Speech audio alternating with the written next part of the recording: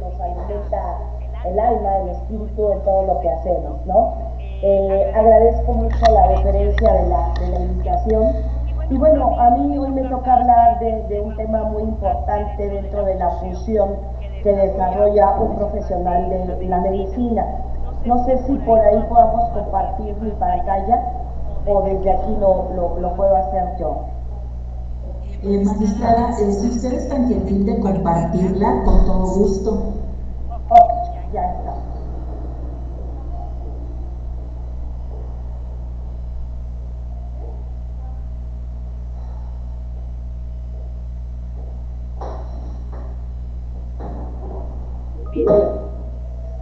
Aquí vamos a hablar un poco sobre adelantada la mala praxis y la responsabilidad profesional médico en materia penal.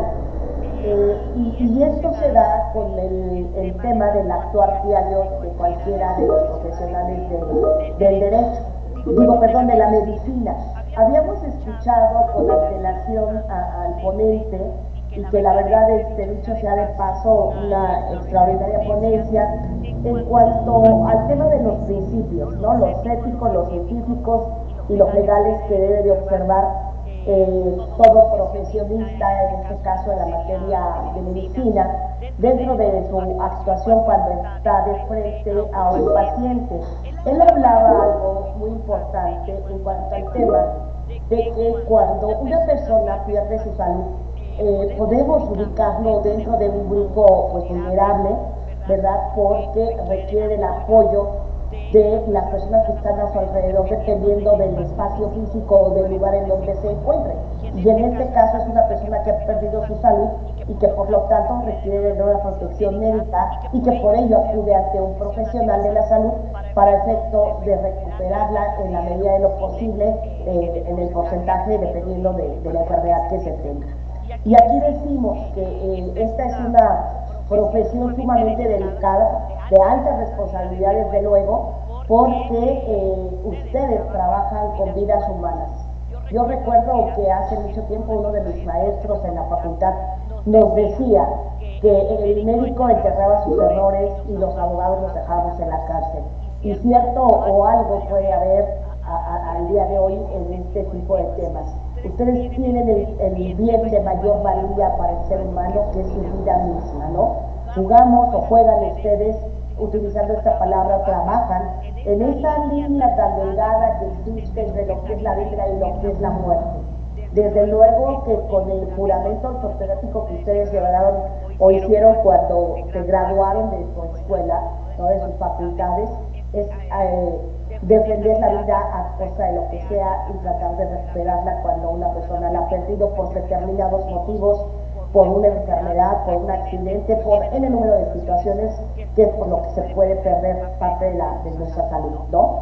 Y entonces, desde luego que el realizar esta actividad debe de ser, vuelvo a reiterar, en base a estos principios que se manejaron los éticos en cuanto a la autonomía, a la beneficencia, a la no maleficencia, al tema de justicia, los científicos, que es esta lex artis ad hoc, o sea, el conocimiento pleno que el profesional tiene que tener y saber específicamente cuál es la ruta de atención y qué es lo que se requiere, porque no es, y la verdad dicho sea de paso también, debo de decirnos que la profesión de ustedes también es un arte. Este arte de poder resguardar, de salvar, de salvaguardar el tema de la vida humana, pues no es una cosa. Que se requiere tener todos los conocimientos al alcance para poder hacerlo. Saber ya conducir y yo le llamo también es una investigación del cuerpo humano. ¿Por qué un dolor del abdomen? Puede ser la apéndice, puede ser la vesícula, puede ser el vaso, puede ser el tema del estómago, o sea, y como eso, o sea, al día de hoy sabemos que el cuerpo humano pues es una máquina, ¿no? Y que todo está interconectado, una vena, una arteria, con el fémur, no sé, hablo simplemente este tema es una cuestión de logicidad. Pero sin embargo, la cuestión es, cuando no utilizamos los procedimientos adecuados o no seguimos las rutas establecidas, ¿no? Que al día de hoy incluso muchos de ustedes manejan temas de protocolos para poder llevar a cabo desde una pequeña intervención hasta una intervención mayor, ¿no? Para efecto de ver qué puede llevarse a cabo, qué nos puede pasar, qué escenario tenemos.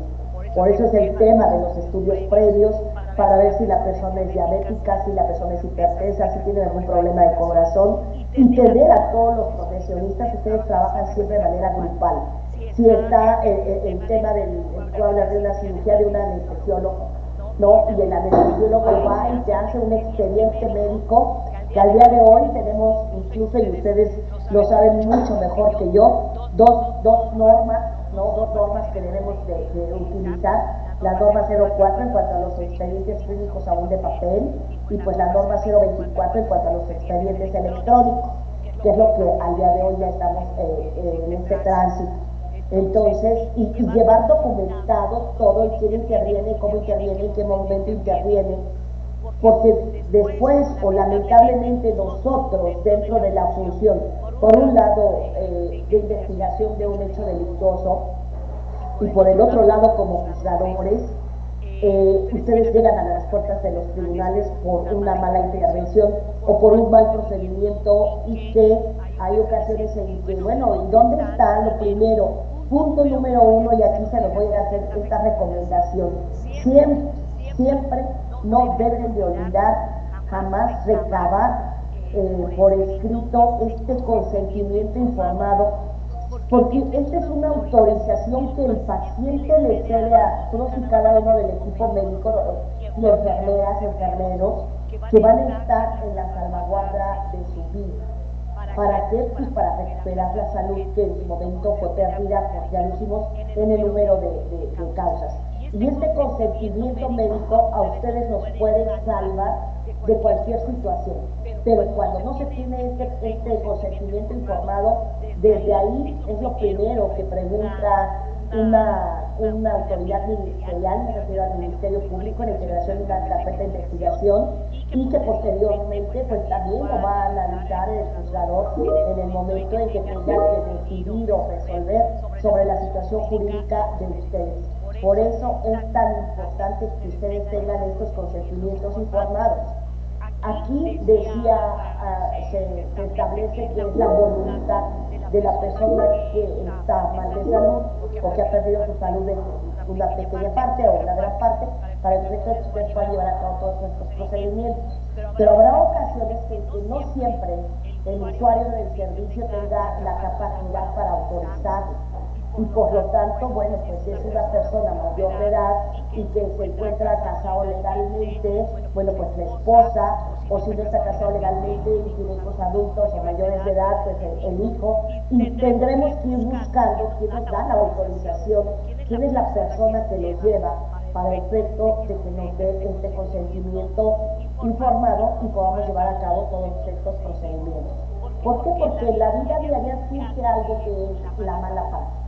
La praxis esta surge de la relación médico-paciente, por un lado, pero la mala praxis, desde luego, si siguen esta relación médico-paciente, se inicia cuando se violan las normas de un adecuado ejercicio profesional, y la cual se ha decidido como es uso indebido por parte del personal médico de los servicios a que está obligado en relación al arte de su profesión, ¿no? Con su paciente, y que además se genera un perjuicio o se violan las normas establecidas. Aquí decimos, al final el médico deja de cumplir con su deber de cuidar.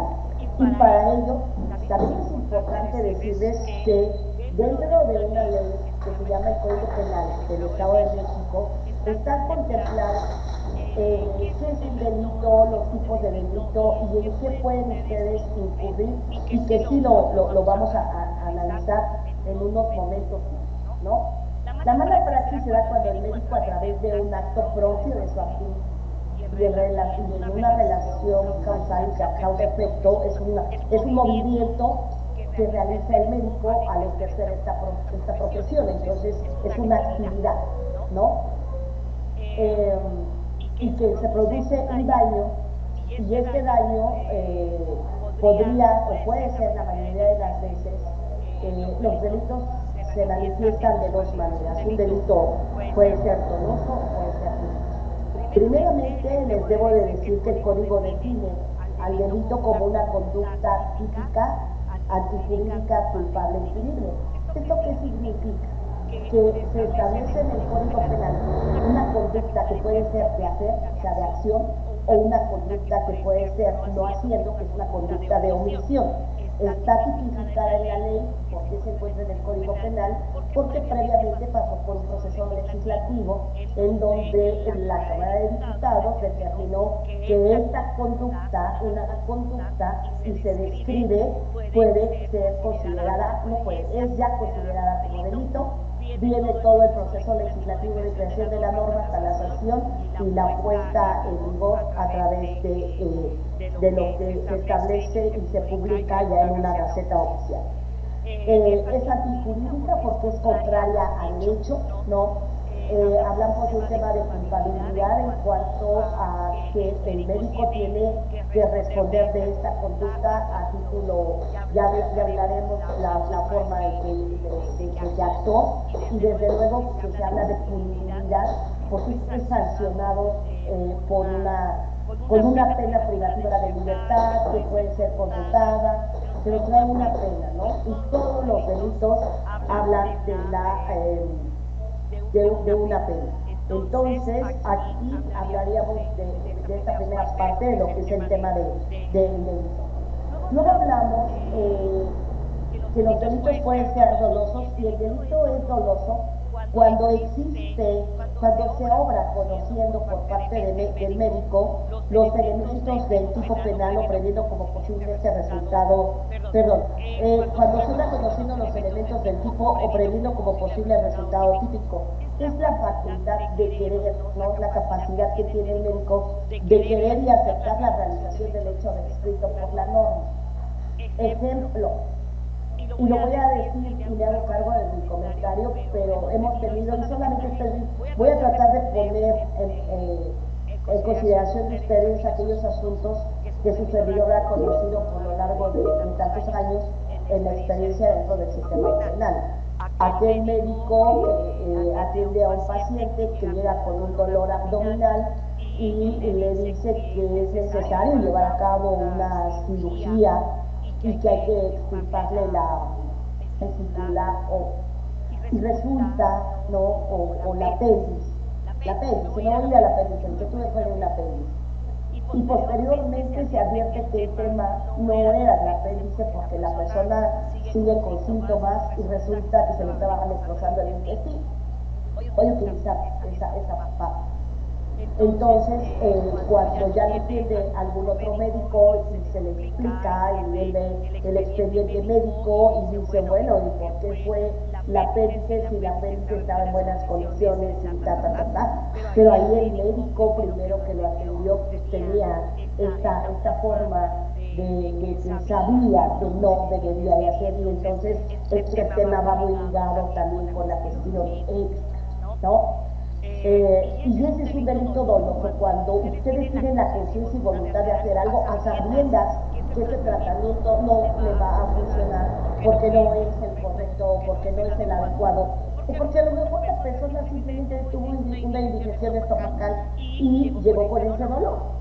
No, pero finalmente se le realiza algún tema de cirugía o hay un procedimiento que no era el que se debía de hacer porque no lo necesitaba el usuario para la recuperación. Pero también, y estos son pocos los casos médicos que tenemos en cuanto al tema de delitos dolosos, sin embargo, de delitos dolosos, pero sin embargo sí hay, o se han existido, o existen. La segunda parte es cuando se produce este resultado con motivo de culpa. Y aquí la culpa, el médico no tiene la intención de llevar a cabo una conducta que no es la correcta, pero sin embargo, el código define al delito culposo cuando se da un resultado, se produce un resultado típico que pudo preverse o proveerse para evitarlo, en virtud de la violación a un deber de cuidado que debía o podía observarse según las circunstancias y condiciones personales.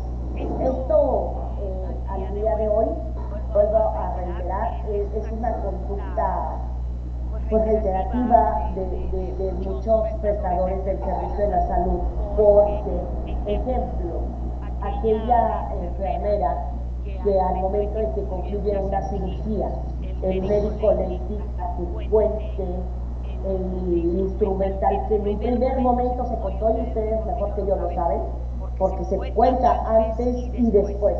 Y después es previo a que el paciente pueda hacer su cura a la lesión. ¿Por qué? Porque ha habido asuntos hasta de donde se pierde la vida y encontramos en las necropsias fijas, encontramos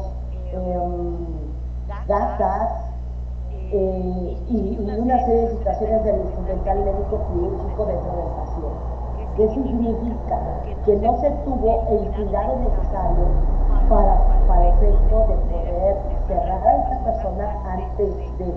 O bien, nos ha pasado que en muchos de los casos, la persona que acude a la prestación de este servicio médico le da el antecedente al médico, al doctor, en cuanto al tema que es hipertensa, que puede ser alérgica a algún medicamento, y pues se me olvidó colocarlo en el expediente clínico. Y entonces esta parte él tiene que atender a lo mejor algún otro compromiso en el momento, ingresa otro médico en el apoyo, porque a veces eso sucede, y resulta que no se da cuenta porque no estaba ahí, o las enfermeras no tienen ninguna autorización médica a los pacientes, pero a veces ha sucedido, y le colocan algún medicamento que lo choquea, ¿no? que viene a producir un shock dentro del organismo de la persona, y en la cual puede haberse afectada hasta su propia vida. Entonces, estos temas, la verdad es que a veces, y a mí me duele, cuando en mi época de trabajo dentro del Poder Judicial teníamos que analizar una responsabilidad, ¿no?, médica, y poder y tener que determinar, porque no solamente, se va más allá, no solamente es, se integra una carpeta que al día de hoy aquí también se lleva a cabo por un delito que es denunciado, puede ser, ya lo dices, a título doloso, a título culposo. Se inicia toda una investigación en donde vamos a escuchar a la víctima, se le van a practicar estudios médicos cuando la víctima está todavía con vida, y cuando la víctima ya falleció y nos dan el aviso de manera inmediata, pues bueno, se hace los temas de necropsia y toda esta situación para poder determinar cuál es la causa de la muerte. Y aquí es el punto, la causa de la muerte. Y si fue negligencia médica, se puede resultar de ahí una responsabilidad profesional, o si fue un delito doloso con la intención consciente y voluntaria de querer vulnerar el bien jurídico tutelado, que es la vida misma. Entonces, y empieza este tipo de investigaciones, en donde nosotros, y ya la víctima o la persona, ya incluso hay ocasiones en que tenemos que ordenar hasta la exhumación de los restos para volver a practicar diligencias, necropsias, pues se hace, o sea, no hay imposible. Este es un punto toral en la investigación de nuestra fiscalía, ¿no? Llegar a las últimas consecuencias para poder deslindar las responsabilidades, y esto, pues bueno, de alguna forma es muy importante, porque también dentro del esquema de un código penal hay muchas formas de actuar, ¿no? Si yo intervine materialmente, si yo no fui el responsable porque pregunté a la enfermera, ya se concluyó el conteo de material quirúrgico, sí, y coincide con lo inicial, y resulta que no fue así, pero el médico cumplió, y entonces deslindamos la responsabilidad del médico y nos quedamos después con quién tiene esta otra responsabilidad y que trajo como consecuencia este esquema, ¿no? Nosotros decimos que en el tema de los delitos culposos, esta mala praxis, desde luego que es involuntaria, ¿no? No es intencionada, no se da por un tema, reitero, de que el médico quiera ocasionar este daño tan lamentable en el paciente, pero no utilizó las reglas del arte de su profesión. Fue negligente, ocupó un tema de impericia, ¿no? El tema de la negligencia, que son elementos primordiales para que un ministerio público o desde la Fiscalía a través del Ministerio Público podamos investigar. Recuerden que el artículo 21 de la Constitución Política establece que la investigación de los delitos corresponde única y exclusivamente al Ministerio Público, quien tendrá a su cargo a la Policía de Investigación y a su vez a todo un equipo de peritos, porque aquí también déjenme decirles que una de las bases principales para la Fiscalía y para los jueces es el apoyo en este tipo de asuntos de un dictamen o de varios dictámenes periciales para poder llegar a determinar quién tiene una mala actuación o una mala, poder determinar esta mala praxis. Ya hablaba yo de la imprudencia, que es un actuar con falta de sensatez, juicio, cuidado; la negligencia, que es una omisión, un descuido o una falta de esfuerzo en el ejercicio de la profesión; la impericia, no tener suficiente entrenamiento o experiencia para realizar algún procedimiento médico. De impericia hemos tenido ese número de asuntos donde normalmente se da con todos aquellos médicos que están en un internado en el segundo año, en el tercer año, y por ejemplo, voy a poner el caso de un parto, y que son los más que nos traen acá a Fiscalía, y en donde el residente, que puede ser, reitero, de cualquier año, primer año, atiende un parto. El parto se complica porque tal vez el niño trae el cordón enredado, venga en una posición difícil, no tenga la forma de sacar de manera adecuada el producto, y resulta que con motivo de esta inexperiencia y que no sabe que a lo mejor en ese momento hay que llevarla a quirófano, hacer una cesárea y bueno, todo este tipo de procedimientos, al niño cuando ya lo llevan, que ya transcurrió un tiempo mayor, ¿no? O un gran número de horas, pues resulta que el producto pues ya se encuentra muerto porque se asfixió dentro de la propia madre, no lo pudieron sacar a tiempo, y esto se determina a través de dictámenes periciales. No acatar las normas, es decir, no seguir una normativa en el manejo de sus pacientes. Ustedes, además de la profesión de este arte de la medicina, debo decirles que pues desde luego deben de conocer todo el tema de la normatividad que existe en su materia y saber cuáles son estos procesos, el utilizar el tema de sus protocolos que tienen. Recordaremos que dentro también del artículo 5 de la Constitución Política de los Estados Unidos Mexicanos se habla de libre ejercicio de la profesión, y dentro de este libre ejercicio de la profesión, que está constituido como un derecho humano que todas y todos tenemos, también pues hay leyes reglamentarias, y partimos de la Ley General de Salud y del reglamento a la Ley General de Salud, y dentro de estos desde luego que nos van hablando y que tienen que tener ustedes el contacto con esta normatividad para poder saber hacia dónde y cómo pueden dirigir una parte de la parte jurídica, porque tienen que conocer también esta parte, ¿no? Esta situación, las normas oficiales, todas las que les rigen o les rigen en materia de salud, es el conocimiento pleno, ¿no? Y a veces esta parte como que la dejamos en el olvido, o no tenemos estas capacitaciones para el efecto de ver qué puedo hacer, cómo lo puedo hacer, hacia dónde debo de ir. Y aquí hay algo que me brinca mucho, porque hace tiempo, cuando a través del doctor Humberto Alegría García, que es el director de ICEMIN, me invitaron a participar en varios foros médicos para capacitarnos en estos temas. La verdad es que me ponían muchos ejemplos, y que dentro de este universo de lo que puede pasar con un médico, alguien me decía, es que tengo pacientes que llegó y se estaba desangrando, pero resulta que era un paciente que profesaba una religión y que era adventista. Y los adventistas no permiten el tema de transfusiones. Y si yo no le transfundía la sangre, él podía perder la vida. Y entonces ahí el médico está entre esta disyuntiva. Y yo les decía, ¿cuál es o qué es lo que ustedes prometieron al momento de hacer su juramento? Defender la vida, costa lo que fuera, ¿no? A través de los procedimientos necesarios. Y si ustedes me ponen por encima una norma legal que es esto, y que porque no había porque además ni siquiera había un consentimiento informado del propio paciente porque él estaba choqueado, porque estaba perdiendo sangre, estaba perdiendo la vida. El médico tiene que actuar de manera inmediata utilizando todos y cada uno de sus procedimientos. Podrá después venir, sí, un tema.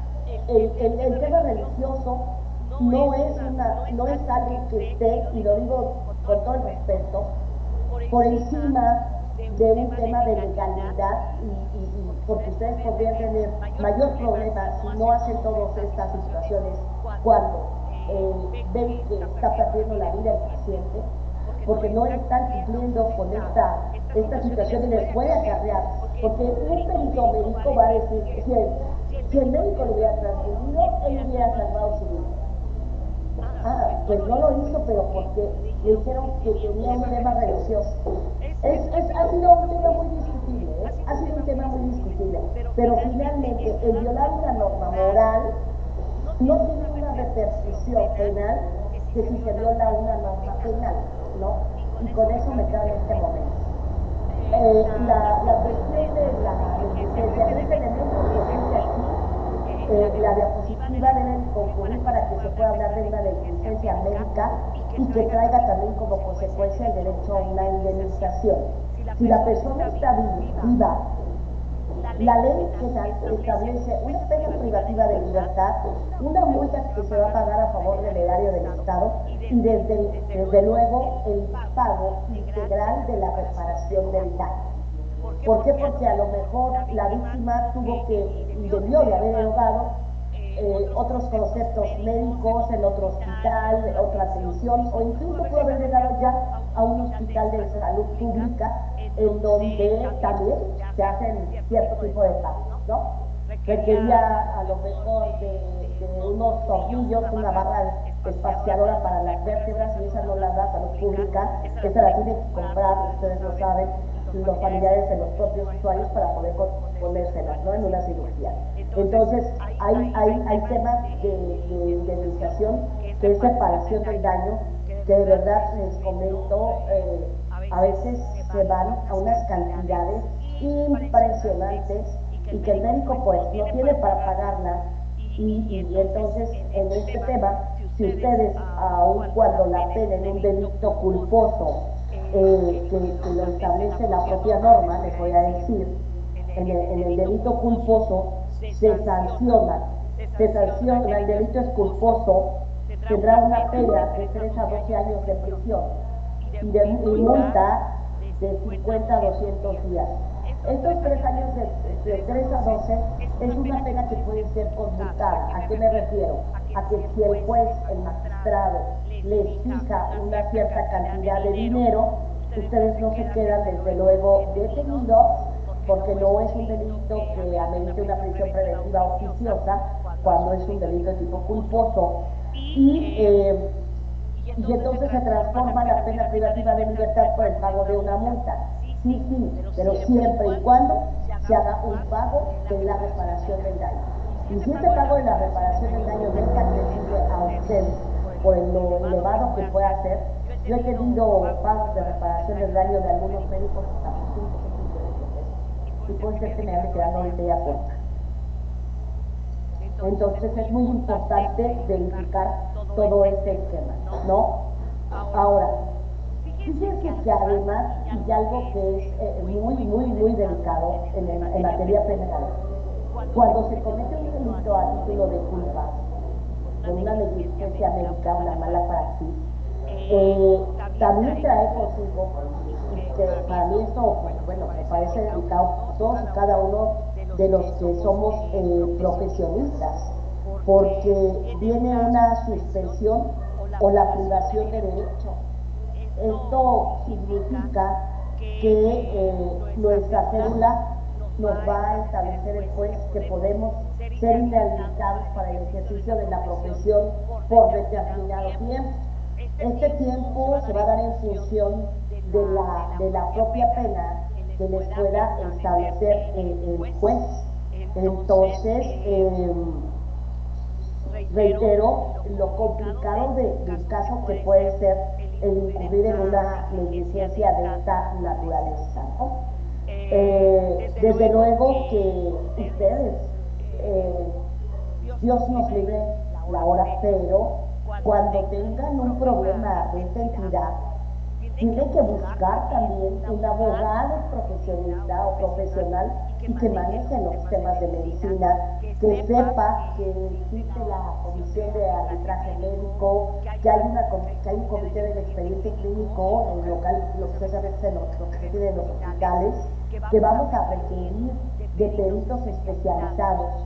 Miren, tanto el Ministerio Público en la integración de una carpeta de investigación como un juez en el conocimiento ya de un asunto cuando se lleva hacia los tribunales, requieren conocer, a ver, vamos a hablar de este tipo de cirugía, qué conlleva si se hubiera hecho bien, qué es lo que no debió de haberse hecho bien, qué es lo que no se hizo bien, cuáles fueron las afectaciones, las consecuencias para poder llegar al tema del pago de la reparación del daño. Obviamente que nosotros no somos expertos en la materia médica, podemos tener un conocimiento por superfluo de esta, entonces aquí acudimos a peritos expertos.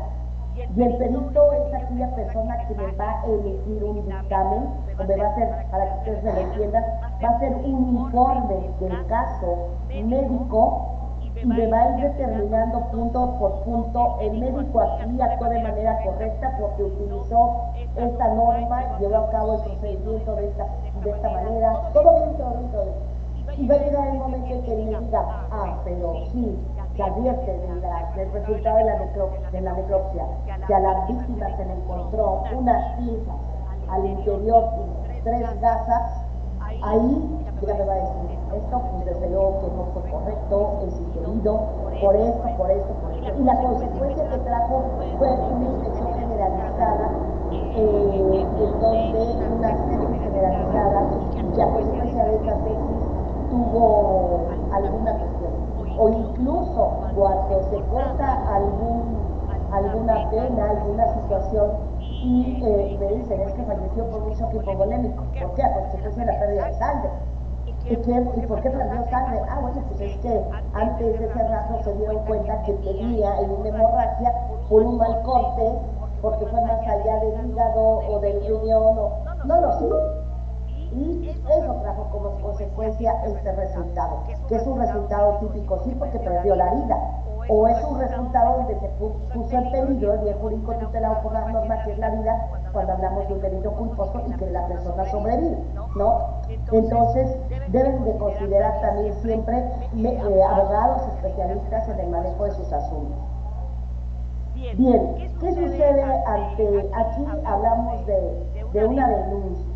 Olviden la palabra ante una denuncia, que puede ser también una demanda en materia civil y puede ser una denuncia en materia penal o en materia administrativa, dependiendo del tipo de resultado que haya traído como consecuencia. La responsabilidad civil pues, se da ante un juez civil que depende del Poder Judicial del Estado de México. Ahí la finalidad es conseguir una indemnización en donde se van a incluir pues, todo el daño que se sufrió con motivo de las lesiones ocasionadas con motivo de la praxis y el daño moral que se había generado, ¿no? Este normalmente se ocurre frente al tema de los seguros y de los centros médicos privados, médicos que trabajan para ellos. La responsabilidad patrimonial pues también es la versión pública de esta responsabilidad civil, pero se va a reclamar ante un orden contencioso administrativo por negligencias ocurridas en centros públicos. Normalmente, les voy a decir, todo mundo se va a la responsabilidad penal porque sí hay un delito, ¿no? Pago de pesos, pues lo pueden hacer ante el juez familiar, que normalmente eso es lo más correcto. En la administrativa, pues ya son pocas las ocasiones, pero normalmente el contencioso administrativo se da cuando se demanda al Estado, porque el Estado es el obligado a prestar los servicios de salud. Y entonces en el Hospital Nicolás San Juan, ¿no?, que pertenece ahí, o cualquier otro hospital público, la demanda es frente al Estado, ¿ok? Pero ya la responsabilidad penal se va de manera directa al médico, a la enfermera, al enfermero, a la médica que ejecutó este tipo de procedimientos y en donde se establece que se le ocasionó una lesión mayor. Por ejemplo, recuerdo que tuvimos uno hace mucho tiempo, en donde, mucho antes del tema de COVID, en donde, y ustedes lo saben, creo que es un procedimiento un poco difícil, que hay que tener mucha expertise, el tema de para intubar a una persona. Y si no se lleva a cabo de manera correcta, pueden lastimar algunos órganos. No quiero mentir, no quiero hablar de más porque no lo tengo tan presente, el pulmón, la tráquea, perforar un pulmón, creo, y entonces el procedimiento ya no fue ni el correcto ni el adecuado. Habría que ver cuáles fueron las razones o los motivos, porque si dentro de esta acción de intubar a una persona, el médico actuó con todas las precauciones que el caso requiriera, con toda la experticia, observó los protocolos, pero hay una causa ajena a la voluntad del médico, ahí hemos determinado a veces que no hay ninguna responsabilidad de él, porque ustedes también lo saben, el cuerpo humano es esta maquinaria tan impresionante, conectado, interconectado, un órgano con otro, una arteria con una vena, y bueno, que reacciona de diferentes maneras. Y que puede ser que, ejemplo, una persona no sabía que era alérgica a un determinado medicamento y que sí lo habían puesto en determinados procedimientos anteriores de años atrás, y justo el día que llega para un internamiento por una bronquitis se vuelven a suministrar los medicamentos de tercer nivel se me fue para controlar alguna infección, ¿no? Y resulta que en ese momento se choquea porque se le están cerrando el tema respiratorio, porque era alérgica, porque tal, la logra sacar desde luego, y ella viene a denunciar una responsabilidad perdón, tenemos dictámenes periciales documentado que no había esta responsabilidad del médico, porque él ignoraba que al día de hoy ella fuera alérgica a ese medicamento. Se presentan todos los anteriores expedientes médicos de ella donde se le suministraba, está el consentimiento informado en donde señaló ella que no era alérgica a ningún medicamento. Entonces tampoco se espanten tanto, de verdad lo digo con todo cariño, porque tratamos desde Fiscalía de hacer carpetas sólidas. Por otro lado, hay un respaldo impresionante en cuanto al análisis tan exhaustivo que también hacen los señores jueces desde el Poder Judicial, y como órgano terminal, la capacidad tan impresionante que al día de hoy los magistrados que integran el Pleno la tienen. Y entonces ellos hacen un estudio pormenorizado absolutamente de todo. Y finalmente, pues también después del órgano terminal, que es la apelación, hay un juicio que se llama juicio de amparo, en donde ya magistrados federales vuelven a hacer un reanálisis, un estudio de las decisiones que se toman. Entonces, por esa parte, creo que ustedes deben de estar convencidos, y si no, les pido que den votos de confianza para todos los que formamos parte o estamos como autoridades tanto en el área de Fiscalía como en el área de Poder Judicial. Contamos con expertos, tenemos un gran cuerpo de peritos, por cierto, muy capacitados en lo que hacen, muy responsables en sus actos, para poder determinar un tema de dictamen. ¿Por qué? Porque ellos perfectamente saben que podemos lastimar la vida de un profesional de la materia por pensar de manera diferente a la que realmente es. Bien, dentro de la responsabilidad, no se angustien escribiendo ni nada. Esta presentación la hicimos para ustedes, que se va a quedar a disposición de los organizadores de este foro para que después la puedan tener. Y desde luego también me reitero a sus órdenes para cualquier duda o para cualquier aclaración. Mi correo electrónico se los dejo, es mlz-04@lis.com. De todas maneras también los organizadores podrán darles mi contacto.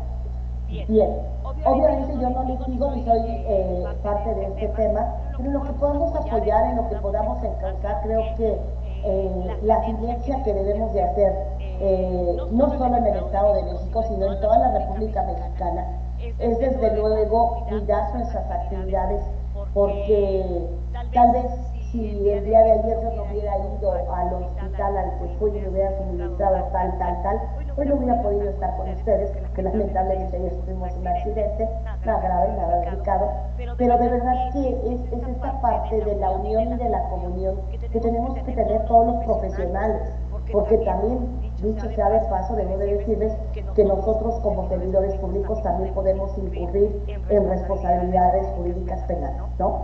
Delitos cometidos en ejercicio de nuestras actividades. Entonces, creo que aquí solo es tener la película fresca, completa, qué sí puedo, qué no puedo y qué es lo que tengo que hacer para llevar a cabo todos estos temas, ¿no? Hablábamos ya un poquito del inicio de una carpeta de investigación. Rápidamente les cuento, cuando un usuario viene y presenta una denuncia en contra de un médico, pues lo primero que hacemos es tomar una entrevista a la víctima, mandarla a certificar de manera inmediata, pedir la intervención de otro tipo de peritos. A bote pronto es un primer certificado médico que le van a decir cuál es el estado de salud en el que ella llega aquí a la denuncia. Si ya trae consecuencias anteriores o hay consecuencias también posteriores a la atención médica, porque no siempre vienen de manera inmediata, a veces hasta que vuelven a recuperar parte de su salud es como vienen a denunciar y ya pasó un determinado número de meses.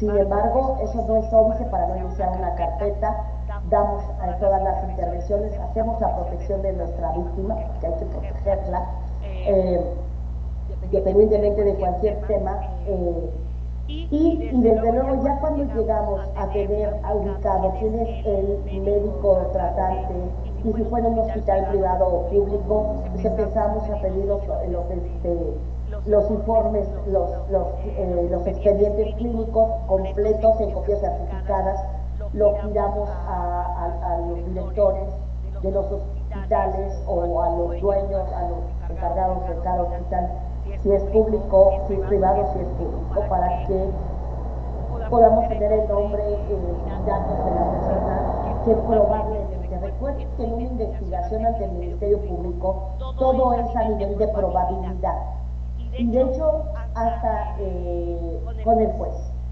Un médico va a ser considerado como culpable o responsable de un acto hasta en tanto exista una sentencia de condena que así lo determine. Hay un principio en materia penal que es el principio de presunción de inocencia. Nadie es culpable hasta que exista una sentencia de condena en su contra. Este fue un cambio de paradigma cuando transitamos de un sistema tradicional que en antaño existía, donde todo era a través de escrito y de hojas y se llamaba averiguación previa. Ahora es una carpeta de investigación, utilizamos una de las herramientas que es la oralidad para poder llevar a cabo todo este esquema de investigación. Bien, concluimos, ya tenemos la ubicación del médico responsable o del probable responsable, de la probable enfermera o enfermero que intervino, los mandamos citar, tienen que venir asistidos de un defensor privado, no siempre, porque la Fiscalía tenemos defensores públicos adscritos y si ustedes no quieren erogar un gasto para tener un defensor privado, pues nosotros aquí les designamos a un médico. Cuando ustedes llegan, lo primero que hacemos es darles conocimiento quién les está imputando qué delito, por qué se les está iniciando esa carpeta para que ustedes entiendan.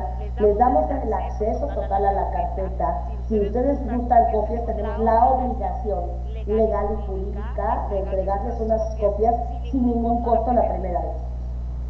Posteriormente, y ahí es donde ustedes se van a empapar de todo lo que ya hay.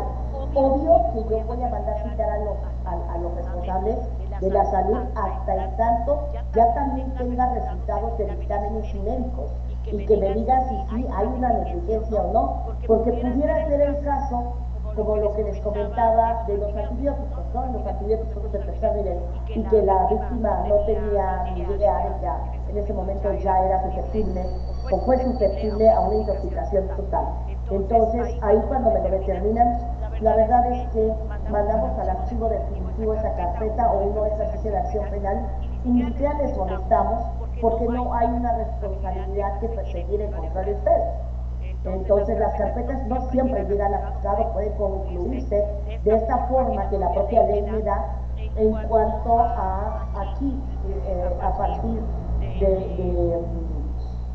del análisis jurídico determinamos y normalmente lo que hacemos son no ejercicios de la acción penal. ¿Para qué? Para que esta carpeta no quede viva y concluyamos de fondo y no haya quien no esté molestando, no haya quien no esté molestando a ustedes en este tipo de temas. Una vez que ya concluimos todas las diligencias, que a ustedes ya les dimos la intervención y que se enteraron, ¿qué es lo que va a suceder? Que ustedes en ese momento pueden aportar ante el Ministerio Público todos y cada uno de los datos de prueba que ustedes tengan para controvertir los recargos que dice la víctima que tiene de contra de ustedes. Entonces, aquí nos hacen la aportación de todos estos temas, ¿no? Oiga, es que decían que no tenía el consentimiento médico. ¿Qué crees que sí está ahí? Está esto, ¿no? Esta persona yo la había tenido y con antelación nunca había sido sujeta a una intoxicación por este medicamento. Y me traen los expedientes donde los suministramos. O sea, ustedes también van a armar parte de la carpeta de investigación de todo lo que les es favorable a ustedes, ¿no? Una vez que ya definitivamente el Ministerio Público considera que sí hay elementos de prueba para ejercitar una acción penal, entonces ya el Ministerio Público viene y toca la puerta del Poder Judicial del Tribunal generando una audiencia para formularles una imputación y van a ser citados ustedes para un día y hora a otra audiencia. En esta audiencia también deberán de estar asistidos por un defensor que puede ser público o que puede ser privado. Y en esa audiencia el Ministerio Público corre de nueva cuenta traslado a su abogado con todas las constancias que hay en la carpeta para que conozcan los hechos que se les están atribuyendo, que obviamente ya los conocen. Sin embargo, es una obligación de nueva cuenta del Ministerio Público hacer. Y en ese momento el Ministerio Público les hace saber que existe una investigación o una carpeta de investigación en su contra por un hecho probable, por un hecho de, no sé, lesiones culposas, homicidio culposo, o sea, todos estos temas para efecto de que ustedes puedan contestar a estos casos. Ustedes tienen derechos constitucionales como todas las personas que están dentro de una investigación y después se nos hará saber, les recordará lo que les hizo saber el Ministerio Público. Y el primero de ellos es que tienen derecho a guardar silencio o poder declarar, tienen que tener acceso a la carpeta, pueden tener la libertad de nombrar a un defensor público o privado y es el número de derechos que les vamos a hacer saber y que están contemplados también en la Constitución Política de los Estados Unidos Mexicanos, artículo 20 constitucional, apartado B, y ustedes dirán bien. Una vez pueden aportar también datos de prueba. ¿Por qué? Porque el juez tiene 72 horas para decidir su situación jurídica o bien 144, la duplicidad. Pero esta duplicidad solo se puede hacer a petición de ustedes y de su defensor, porque si no nos quedamos con las 72 horas. ¿Qué pasa? Si el juez advierte que hay datos hasta ese momento para poder sujetarlos a un tema de vinculación a proceso, decretará la vinculación a proceso. O bien, si considera que no hay elementos de prueba, datos de prueba, que hagan presumir la probable participación de ustedes en ese evento, el juez decretará un auto de no vinculación a proceso. Estos dos autos, la defensa y el Ministerio Público tienen la facultad de poder apelar. O sea, hay un recurso que se llama apelación, y esta apelación, el juez va a remitir todas las constancias ante los magistrados que integran una sala de apelación, que son 3, y que salas hay en Toluca, en Tlalnepantla, en Ecatepec, en Texcoco, salas penales. Se integran por 3 magistrados, y ellos van a analizar de nueva cuenta el asunto para efecto de poder determinar si hay elementos para poder, para que pueda subsistir ese auto de vinculación a proceso, y procederá a confirmarlo. Y si no hay elementos, si el juez decretó un auto de no vinculación a proceso, también podrá confirmarlo. Pero si el juez decretó un auto de vinculación a proceso y los magistrados consideran que no hay elementos, pues entonces los magistrados procederán a revocar ese auto de vinculación a proceso y a emitir, desde luego, un auto de no vinculación a proceso, dejando a salvo los derechos inherentes a la víctima para la materia civil, en el caso de considerarlo plausible. Y ustedes quedan ya hasta ese momento libres de que se les determine que tuvieron una mala praxis jurídica, bueno, un delito, un médico, en este caso culposo, y que en el cual hemos estado platicando. Bien, cuando hablamos también de que una vez que se vincula a proceso, viene una etapa que es bajo control judicial, y el juez determinará todavía un término que puede ser 1 mes, 2 meses, 3 meses. Esto se debate entre la defensa y el Ministerio Público para seguir preparando la investigación. Posteriormente viene una etapa intermedia, que es una etapa de depuración procesal, ofrecimiento de pruebas y ofrecimiento y admisión de pruebas. Como su nombre lo indica, tanto el Ministerio Público va a ofrecer pruebas como la defensa, y el juez va a emitir el acuerdo correspondiente para efecto de poder determinar qué admitimos o qué pruebas no admitimos. Y posteriormente ya nos vamos a la etapa de juicio oral. También, bueno, en la depuración procesal, el juez va a analizar si es competencia de él, si no es competencia de él, si alguien promueve el tema de alguna excusa o la propia recusación que haga el juez. Yo no puedo seguir conociendo de este asunto porque fíjense que el doctor me arrenda una casa. Fíjense que el doctor es hermano de mi esposa. O sea, cualquier situación que pueda impedir que el juez sea objetivo, que sea imparcial, el juez lo tiene que hacer del conocimiento al juez y el magistrado en sus momentos respectivos, y inhibirse del conocimiento del asunto. Pero si el juez no lo hiciera, las partes tienen la facultad de decir: oigan, ¿quién cree? Que fíjense que yo el fin de semana fui a Iztapan de la Sal y vi que el doctor estaba jugando golf con el señor juez. Y entonces pues hay una relación de amistad y que necesito que el juez no conozca el asunto.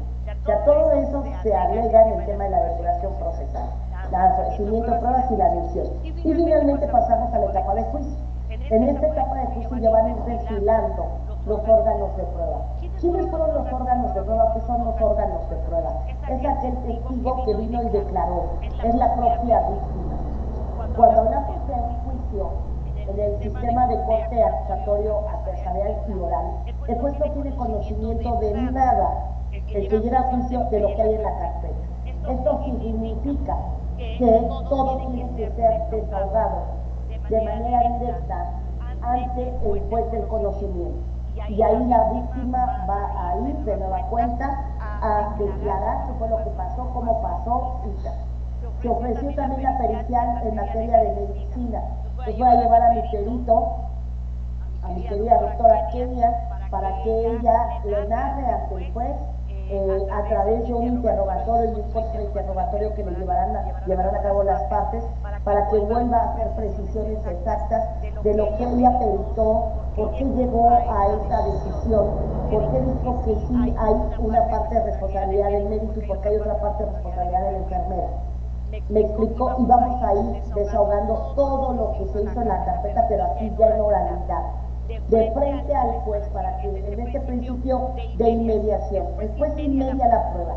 ¿Qué significa esto? Que ve el desahogo de un testigo, que puede analizarlo, que puede darse cuenta el estado emocional en el que está el testigo, cómo declara, qué declara. ¿Qué va a ver en el perito? El tema de su profesionalización, el tema de su pericia, porque si llega un perito por parte de la defensa y que le preguntamos, oiga, es que usted es perito médico en materia de ginecología, sí, claro, oiga, ¿y cuántos partos atiende al mes? No, partos no, solamente practico 4 o 5 cesáreas al mes.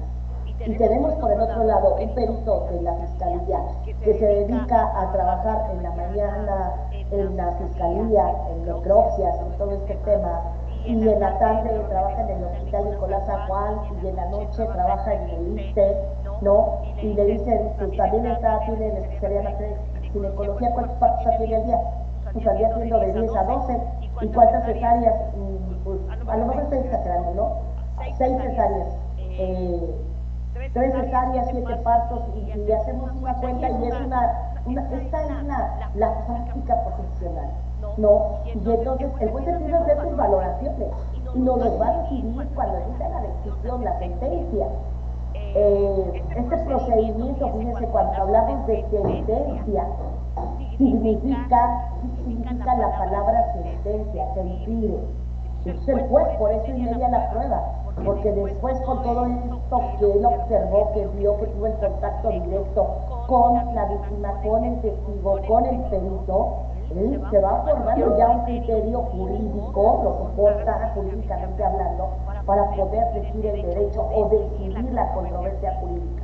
Y es la misma circunstancia que sucede cuando estamos en una apelación ante los magistrados. Hay audiencias de apelación de alegatos y ahí los magistrados van a ver. Ellos ya están un poco más acotados porque aquellos ya no se desahogan esporádicamente alguna prueba, tal vez que sea superveniente, que haya sufrido nacido después del dictado de la sentencia.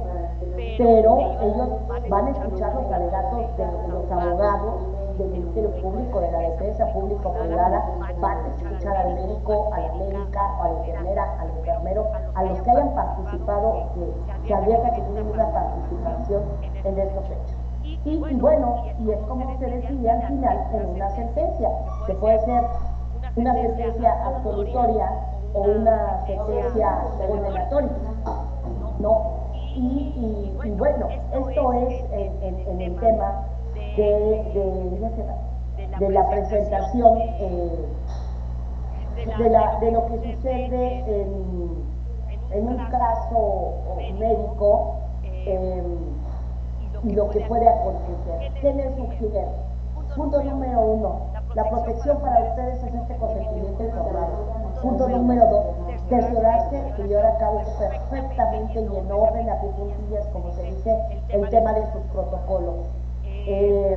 No tomar decisiones por rapidez, ir a nuestra opinión médica a un especialista, dependiendo de lo que esté sucediendo en el momento. Contabilizar de manera exacta todo el instrumental, porque la mayor parte de los asuntos son por temas de instrumental o por tema de que sin querer se cortó un conducto biliar que pensar, no lo sé, se ocurre ahorita. Y todos estos esquemas, ¿no? Finalmente, pues agradezco mucho, espero que haya quedado un poco claro cómo se integra, hacia dónde vamos, qué hacemos y la gran responsabilidad que ustedes tienen. Y desde luego agradecer la deferencia de la invitación y pues quedo con todo. Magistrada, muchísimas gracias por tan extraordinaria ponencia. Comentarle que tenemos muchísimas felicitaciones y también preguntas, que si usted me lo permite, voy a darle lectura. Felicidades, magistrada Quiroz, por el apoyo que nos da de parte de Esperanza Estrada de CECAM desde Chiapas. También tenemos otras felicitaciones. García Herrera Elías, del CEAP de Chiautla, gracias por su presencia, señora magistrada. Felicidades por la excelente ponencia. El doctor Gerardo Villagrán, excelente plática, felicidades. José Luis Gasca Cortés, felicidades magistrada. Otra felicitación, excelente ponencia. Felicidades magistrada. Y también si me lo permite, voy a proceder a hacerle algunas preguntas, magistrada, que de nuestro amable auditorio son muchísimas, le voy a hacer algunas, y si me lo permite, le estaremos haciendo llegar vía correo electrónico las preguntas que queden pendientes, derivados del interés que suscitó esta extraordinaria ponencia. Primera pregunta, ¿qué elementos de prueba son los que más utilizan por los profesionales médicos ante una denuncia por mala praxis? Lo primordial aquí, y ya lo había yo comentado, son los dictámenes periciales. Y tratamos de ayudarnos de peritos expertos en la materia. A veces tenemos que acudir hasta la federación porque si no tenemos un perito en materia por ejemplo, a lo mejor un cardiólogo sí, pero en alguna especialidad que no sea tan común, tenemos que tener dictámenes periciales, no de cualquier perito, sino, como su nombre lo indica, que tengan y que le acrediten la especialidad. A veces hemos tenido incluso que acudir a instituciones públicas y para ir preguntando, oye, ¿tienes un oftalmólogo con esta especialidad en no sé cataratas? Oye, aquí lo que más pesa para defender un caso médico son el tema de periciales, de dictámenes periciales. Y claro que sí, me pueden mandar las preguntas y también los datos para que yo les pueda contestar a las personas que tan gentilmente me han hecho la referencia de escucharme esta mañana. Gracias, magistrada. Con todo gusto, y si me lo permite, voy a realizarle otras preguntas. En caso de que la Fiscalía y el Poder Judicial no cuenten con peritos médicos especializados en determinada materia y que sean necesarios para terminar la carpeta de investigación, ¿de qué forma se pueden allegar dichas periciales por parte del Ministerio Público? Pero ya lo había indicado con un poquito de antelación. Pedimos apoyo a la Fiscalía General de la República, pedimos apoyo a hospitales en Ciudad de México, a nutrición, a cancerología, a todos los que tengan la especialidad que estamos buscando. Obviamente, aquí debo de decirles, muchas de las ocasiones, pues, Fiscalía se hace cargo para que el perito médico pueda venir gastos y pagamos y demás para el efecto de poder tener profesionales como su palabra lo indica, ¿no? Buscamos por todos los medios. Gracias, magistrada. Tenemos también otra pregunta que nos dicen, ¿qué peso jurídico procesal tienen los dictámenes técnico-médicos institucionales que los ministerios públicos y juzgados solicitan a las comisiones de arbitraje médico en el sistema penal adversarial acusatorio oral, en el que solo existe la figura del perito representado en persona física y no el institucional? Ok, bueno, es que aquí esta pregunta va para muchos vertientes, ¿no? Pero lo primero que yo podría decirnos es que los dictámenes periciales son orientadores del criterio para el Ministerio Público, para el juez y para los magistrados.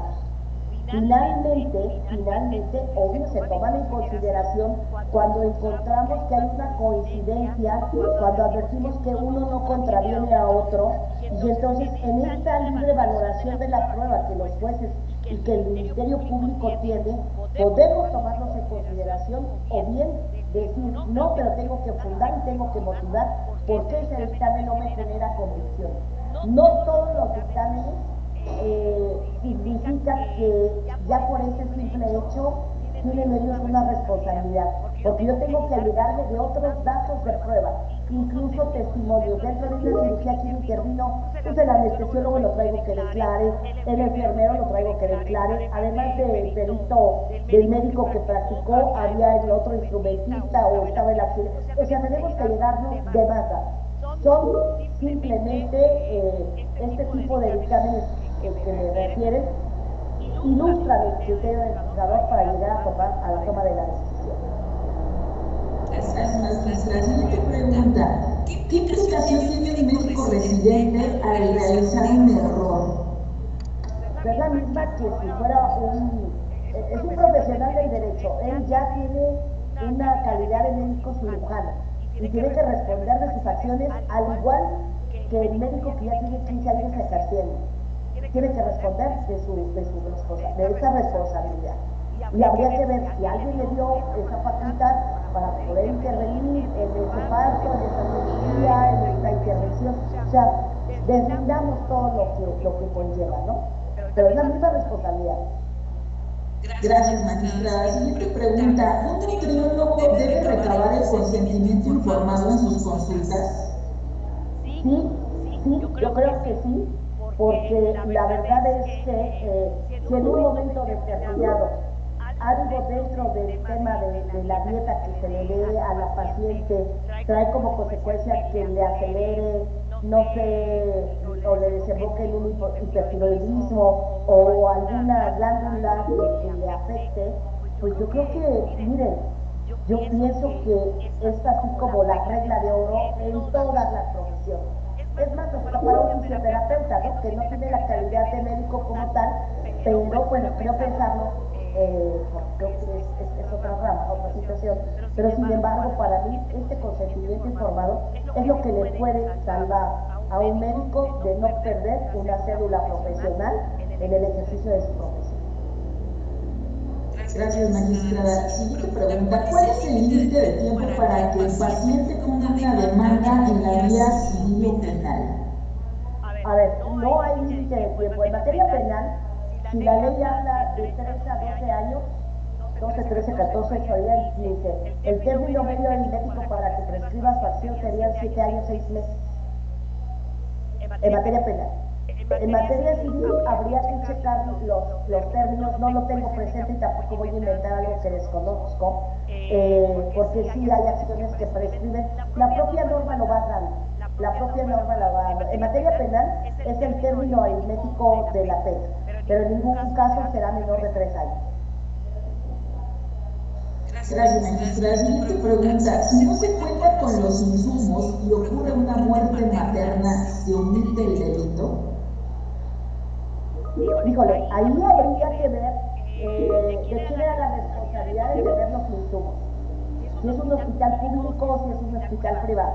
Y empezar a deslindar, tal vez del médico no, pero de la persona que estaba obligada a tener el oxígeno en el tanque de oxígeno, o sí estaba, pero vacío, ¿no? Entonces empezamos ahí a deslindar este tipo de responsabilidades, pero no puede ser tomado por el médico como, bueno, pues es que no hay eso. No, a ver, ¿por qué no le haces el traslado de él a otro hospital de otro grado para que le pudieran dar la atención médica? Porque sabemos que los hospitales públicos están determinados por números, ¿no? Por grado. Magistrada, si me lo permite, le hago 3 preguntas más. Son bastantes, la verdad hay muchísimo interés en nuestra audiencia, pero por respeto a su tiempo, únicamente le hago 3 preguntas, si me lo permite, 3 más. Siguiente pregunta. Si un paciente no está en condiciones de operarse, pero el director del hospital te obliga a hacerlo, ¿qué puedo hacer?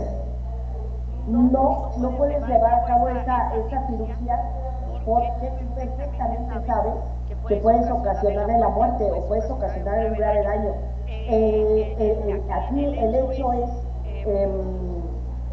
yo podría actuar de 2 maneras. La verdad es que dentro de la profesión tú no me puedes obligar aunque seas el director. Ahora, ¿me quieres obligar? Dámelo por escrito, porque si el paciente se muere va a ser tu responsabilidad, pero quien lo ejecuta materialmente soy yo, ¿me explico? Entonces, en esa parte yo creo que es dar aviso a la instancia superior para decir lo que está sucediendo y que, porque tú no puedes participar en ese evento, porque sabes perfectamente que le trae una consecuencia, no solamente de salud, también jurídica. Yo no lo haría. Gracias, Si eso significa que me puedan despedir o algo, pues en ese momento yo le invito al médico que venga con nosotros a la fiscalía, que haga esa denuncia a un tema de protección de lo que pueda suceder, porque eso podría ser una violencia laboral.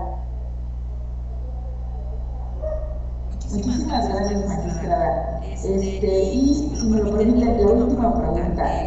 Casos que haya tenido en materia odontológica y que pudiera compartir con nosotros Fíjate que sí tuvimos uno donde el tema fue la anestesia, que fue una anestesia además, y que era una persona de la tercera edad y quedó con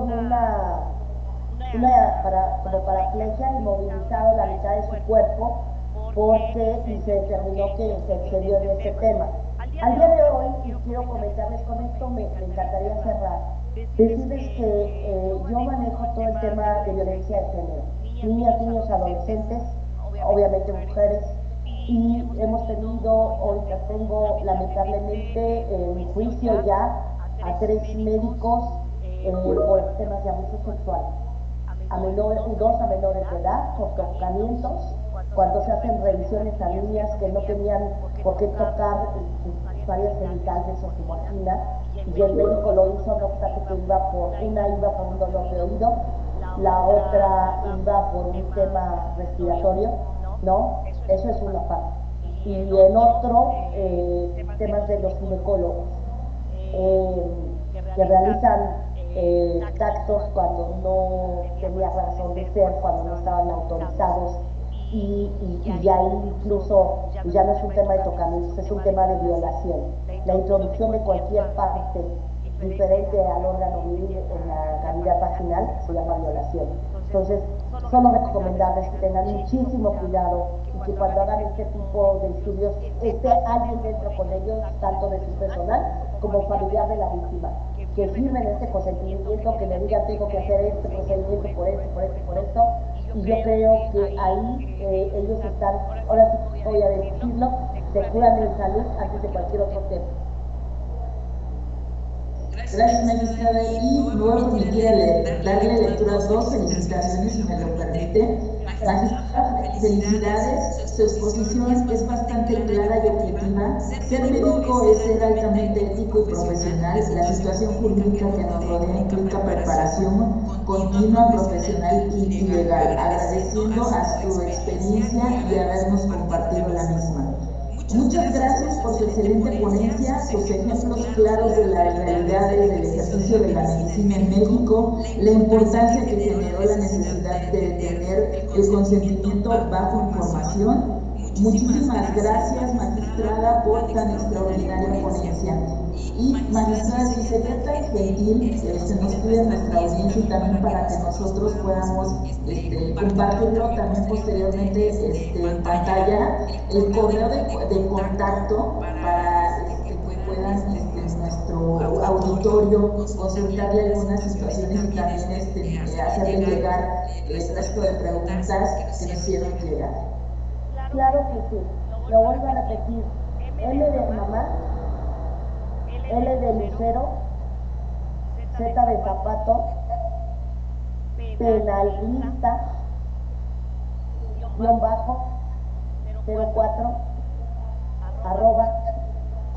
@live.com.mx.